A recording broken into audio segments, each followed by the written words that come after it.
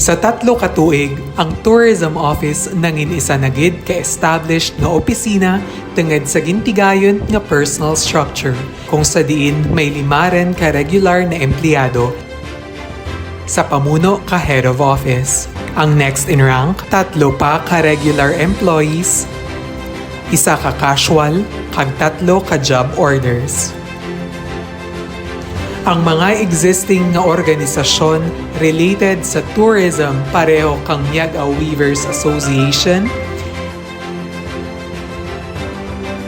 LGBTQ+, kag Tour Guides Organization.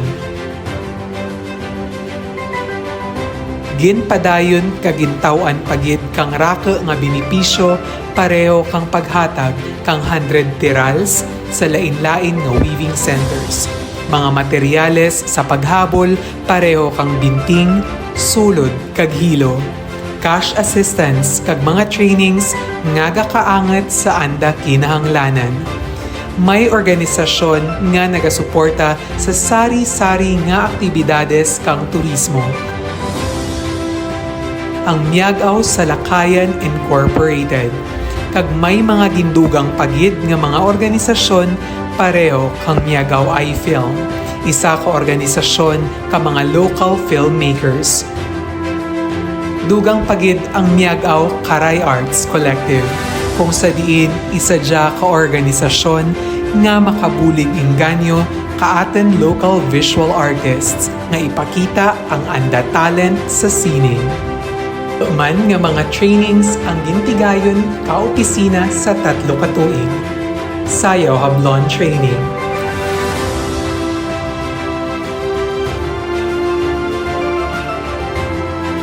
Annual Sustainability Trainings for Weavers. Miag-Aw iFilm Trainings.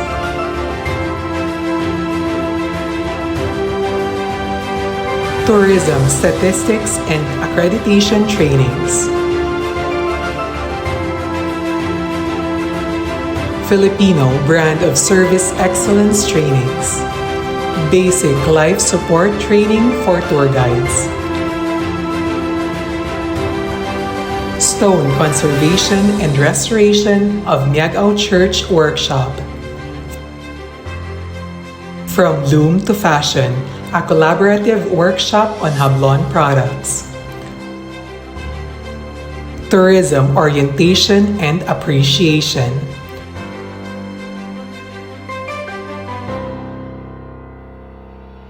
Tourism Development Planning.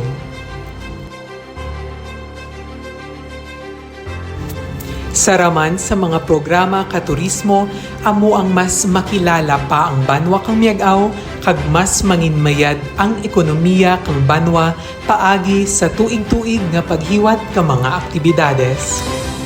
Salakayan Festival.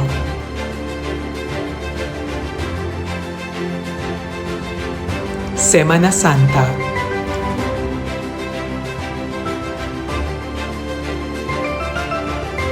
Independence Day. Hablon Festival. Birth anniversary of our local hero, Tan Pedro. Paskwa sa Miag-Aw.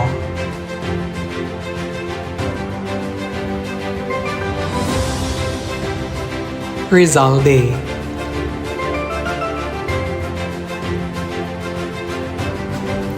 Ini nga mga aktibidades, hindi lamang nagatao kang kasadya, kundi nagapakita kung ano ka manggaranan ang banwa kang Miag-Aw sa historya kag kultura. Dugang pa ang iba nga mga aktibidades kung sa diin nakabulig nga magpakilala kang mga ginapabugal kang Miag-Aw, pareho kang pagtukod kang bag-o nga marker kang Miag-Aw Church. Mga lokal nga industriya kag gastronomiya, ang aten mga ginapabugal nga anyag. Kag ang pagbukas liwan kang Miag-Aw Pasalubong Center, kung sa diin makita ang aten sari-sari nga mga lokal nga produkto. Padayon man ang mga plano ag mga handom para sa mas ikamayad ka turismo paagi sa local and national tourism development planning. Kag ang cultural mapping of Panay, Guimaras, and Negros Occidental. Sa amudya nga paagi nakabulig ang turismo para sa livelihood kang pumuluyo kag sa ekonomiya kabanwa kung sa diin mas rako pa nga investors kag proyekto ang pwede mahatag sa banwa kang yag-aw. Wara untat man ang pag-amuma kang opisina kang turismo sa mga bisita nga naga-benchmarking kag gusto nga aktual makita kag ma-eksperyensya ang mga bugal kag kanami kang banwa.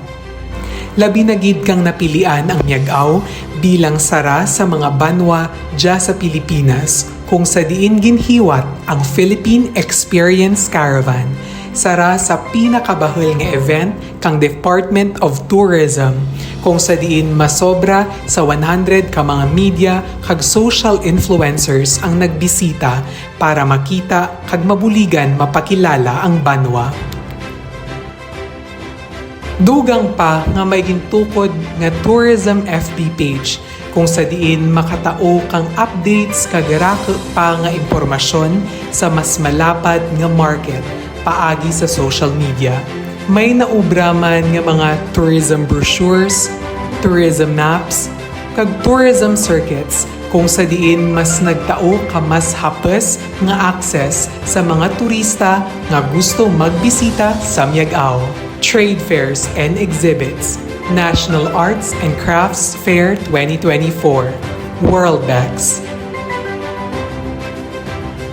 National Orientation on Medium-Term Agenda. Tungod sa rako kag sari-sari nga programa kang turismo sa halos 3 ka tuig sa idalam kang administrasyon ni Mayor Engineer Oscar Richard S. Garin Jr., makita gid ang pagtaas ka numero kang mga lokal kag foreign nga mga turista ang nagabisita kag nagaadto sa banwa kang Miag-aw. Dugang pa nga may diyarin kita ti mga accredited establishments ka Department of Tourism kung sa diin nagapamatuod nga ang aten establishments makatao kang seguridad kag maayad-ayad gid nga serbisyo sa aten mga bisita. Tungod man kadya kag dugang sa pagtinguha kang tourism office nakabaton man ang banwa kang Miag-aw kang mga pasidungag kag pagkilala halin sa Department of Tourism Western Visayas kag sa National Philippine Tourism. Sa 3 ka tuig, mas nakita ang pag-improbar ka atin mga pasilidad kung sa diin kita gahiwat ka atin mga aktibidades para masigurado nga kombinyente kag mas rako pa nga mga manuglantaw ang maakomodar.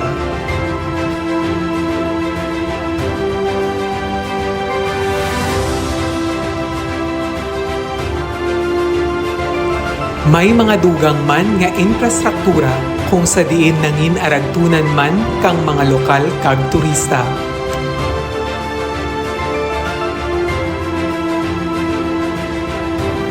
Raka pagid nga mga dalan ang ginbuksan kag mga tourism roads ang nagdugang kung sa diin mas nangin accessible sa mga turista ang aten mga ginapabugal nga natural resources kag mga eco-tourism sites.